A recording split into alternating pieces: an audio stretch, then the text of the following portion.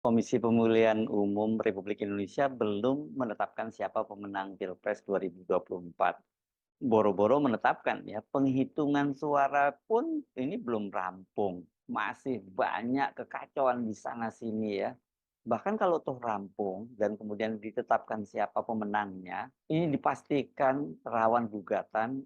Bahkan kemungkinan besar kalau nanti tidak ada yang menggugat, ini malah yang muncul penolakan terhadap hasil Pilpres karena ya, pilpres kali ini memang dinilai sebagai pilpres terburuk sepanjang sejarah karena terjadi kecurangan yang terstruktur, sistematis dan masif dan itu yang disebut sebagai aktor utamanya adalah Presiden Jokowi yang putranya Gibran Rakabuming itu sekarang ini mencalonkan diri menjadi calon wakil presiden. Namun uniknya, saya kira mungkin apa ya tepatnya kata uniknya nggak tepat ini atau anehnya atau menurut saya lebih tepatnya ajaibnya tim kampanye nasional Prabowo Gibran itu sudah bagi-bagi jabatan komisaris di BUMN. Dan yang diberi jabatan itu bukan hanya mereka yang tergabung dalam TKN, dalam tim kampanye nasional, tetapi ada istri anggota TKN dan ya, mereka yang tidak tercatat sebagai anggota TKN tapi mendukung pasangan Prabowo Gibran. Mereka sudah lebih apa? Mereka ini sudah lebih dulu mendapat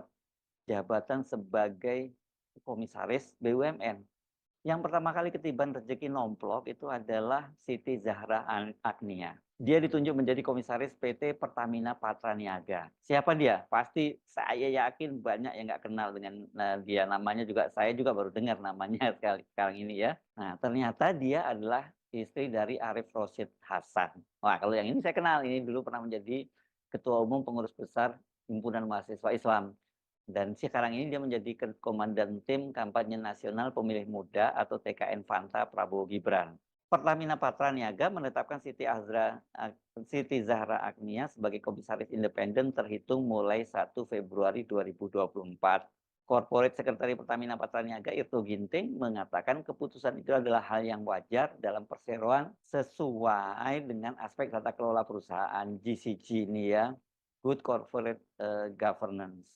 Ini yang kata dia itu yang berlaku seperti itu. Dengan hadirnya komisaris baru diharapkan dapat mendukung dan meningkatkan kualitas operasional perusahaan dalam melayani kebutuhan energi masyarakat. Itu kata itu dalam siaran pers yang dikutip pada hari Jumat tanggal 23 Februari. Suami Agnia Arif Rosyid ini memang dikenal sebagai orang dekat dari Menteri BUMN Erick Thohir dan sebelumnya dia ini juga pernah mendapat jatah sebagai komisaris di Bank Syariah Indonesia ini ketika bank-bank syariah merger menjadi satu, ini menjadi Bank Syariah Indonesia, dia menjadi salah satu komisarisnya. Namun pada tanggal 7 November, kalau tidak salah ini tahun 2023, dia mengundurkan diri karena memutuskan bergabung dengan tim kampanye nasional Prabowo Gibran. Selain Siti Zahra, pada tanggal 1 Februari 2024 itu anak perusahaan Pertamina yang lain, yakni PT Kilang Pertamina Internasional, juga mengangkat komisaris, namanya adalah Prabu Revolusi.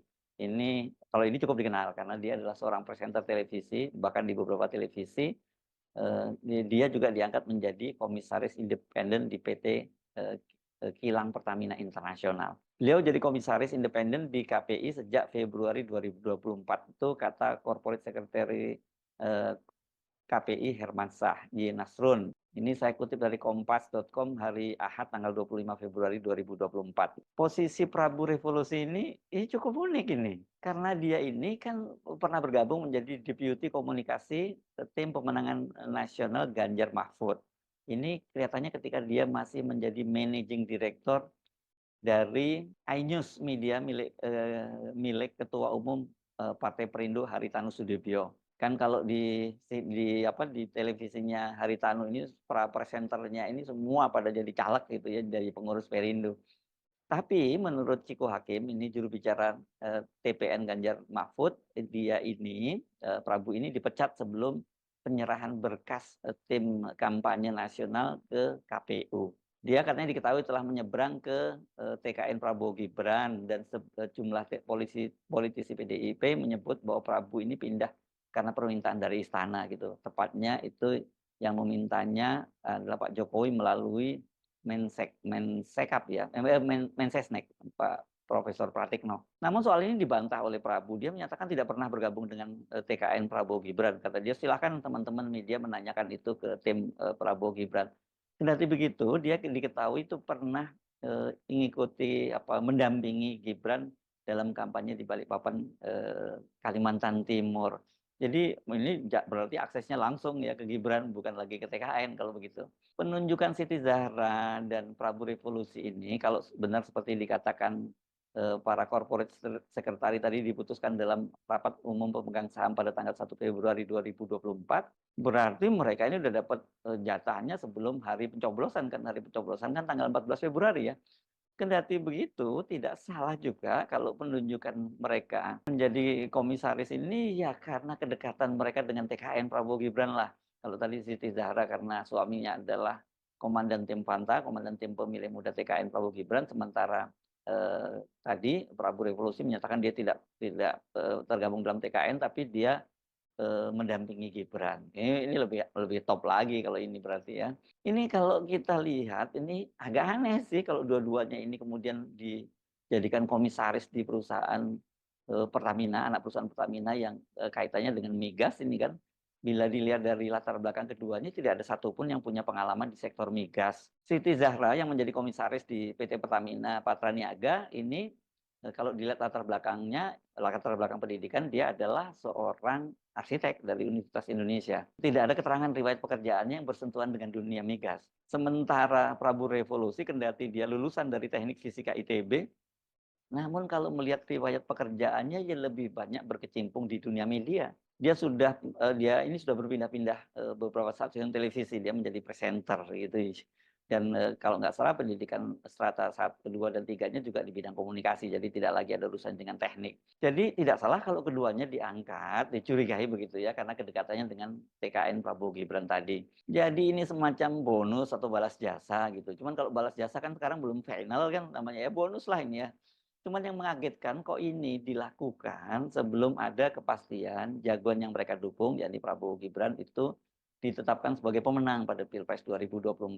Atau, nah ini yang pikiran kotor masih berpikir mereka sudah tahu kok ini pemerintah ini, rezim Jokowi ini bahwa sejak awal mereka pasti akan menang karena berbagai kecurangan yang telah mereka rancang dan siapkan. Ya jadi nggak apa-apa kalau ada bagi-bagi jabatan lebih awal, toh nantinya mereka juga akan jadi pemenang juga gitu ya. Mungkin kira-kira itu. Soal ini yang banyak sekali mendapat sorotan. Sebagai seorang komisaris, ini posisinya kita tahu kan adalah mengawasi kinerja para direksi dan kinerja dari perusahaan. Ini karena itu setidaknya dibutuhkan mereka-mereka yang punya pengalaman atau setidaknya memahami bisnis yang diawasinya.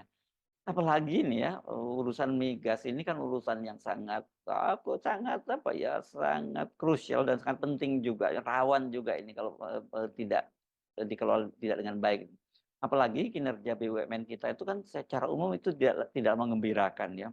Bahwa sekali beban utang yang sangat menumpuk, bahkan beberapa diperkirakan akan gulung tikar. Belum lagi kalau kita ngomongin soal korupsi itu, berdasarkan catatan ICW, ini salah satu penyakit di BUMN, itu pada periode 2016 sampai 2021 saja itu kerugian negara karena korupsi di BUMN itu hampir mencapai 50 triliun. Ini tepatnya adalah 47,92 triliun. Jadi bisa dibayangkan bila nantinya Prabowo Gibran menang, maka akan banyak sekali jabatan di pemerintahan, terutama komisaris di BUMN yang jadi bancakan dari partai pendukung, dari relawan, dari tim ses, gitu ya. Ini berkaca pada 2 periode pemerintahnya Jokowi. Banyak sekali anggota parpol maupun tim ses, bahkan buzzer RP, itu yang diangkat menjadi komisaris tanpa memperhatikan kompetensinya. Jadi jangan kaget kalau kemudian ada seorang buzzer yang kemudian menjadi komisaris di salah satu perusahaan, itu kemudian dia juga kerjaannya tetap membuzzer ya, tetap bukan mengawasi perusahaan tapi mengawasi lawan-lawan politik atau mereka yang berada di kubu oposisi. Nah, kerjanya menggonggongi mereka itu, gitu itu. Saya kira mungkin memang tugas mereka itu menjadi komisaris untuk seperti itu gitu. Dengan sekarang nggak perlu dibayar lagi karena mereka sudah punya gaji gitu ya dari komisaris BUMN dan itu biasanya cukup besar. Jadi namanya juga buzzer, sekali buzzer tetaplah buzzer. Merdeka. Berdasarkan catatan Transparansi Internasional Indonesia atau TII, pada periode kedua pemerintahan Jokowi, anggota parpol yang menjadi komisaris di BUMN itu sebanyak 17,43%. Ini sebenarnya kan nggak boleh ya mereka